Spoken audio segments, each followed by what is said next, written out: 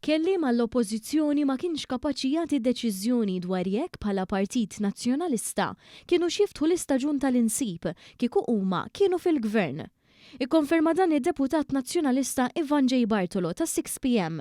Fid-dawl li l-ħadd li għadda, il-gvern ħabbar li l-istaġun tal-insib għal Malvezz fetaħ il-ħadd li għadda waqt li għall-Pluviri se jiftaħ mill-1 ta' Novembru sal-10 ta' Jannar li ġej.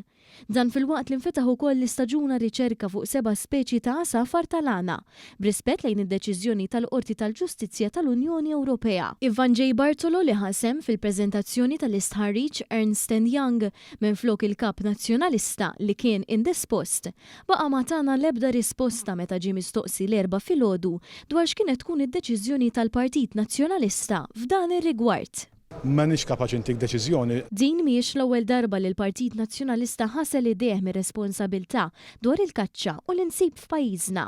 Dan kif sa minn żmien il-Gvern ta' Edi Fenikadami u n-negozjanti dwar is-sħubija fl-Unjoni Ewropea. Id-dilettanti Maltin ġew ingannati b'biżibilju ta' wedi fira dwar l-istess prattiċi tradizzjonali. Madankollu l-insib twaqqaf ħesrem fl-2008 u kellhom ikunu gvernijiet laburisti wara l-2013 li jerġgħu jroddu lura dan id-delizzju lil eluf ta' prattikanti Maltin u Awċin.